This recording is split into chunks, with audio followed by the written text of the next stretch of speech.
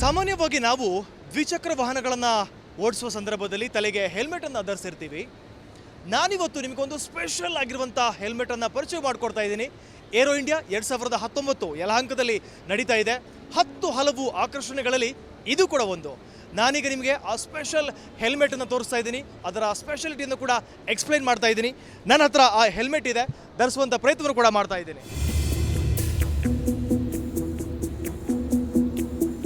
S, ಇದು ಅಂತಿಂಥ helmet ಅಲ್ಲ.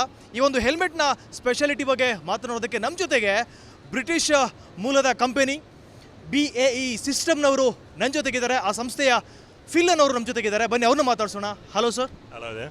Can you explain something about this helmet? So this is our Striker 2 helmet mounted display.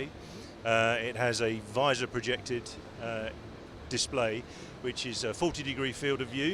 It's full colour and has, let me just put that down for you.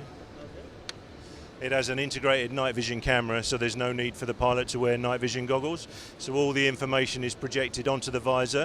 The pilot doesn't have to look down into the cockpit because all the information, all the relevant information is projected straight onto his visor. So it allows him to either aim a weapon, aim a camera, control things within the aircraft without actually having to look down into the aircraft.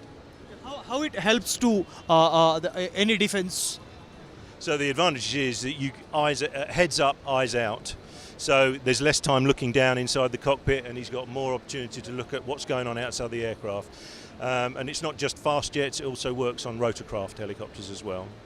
Thank you so much, sir. Yes, ಇದು ಈ ಒಂದು ಹೆಲ್ಮೆಟ್ನ speciality.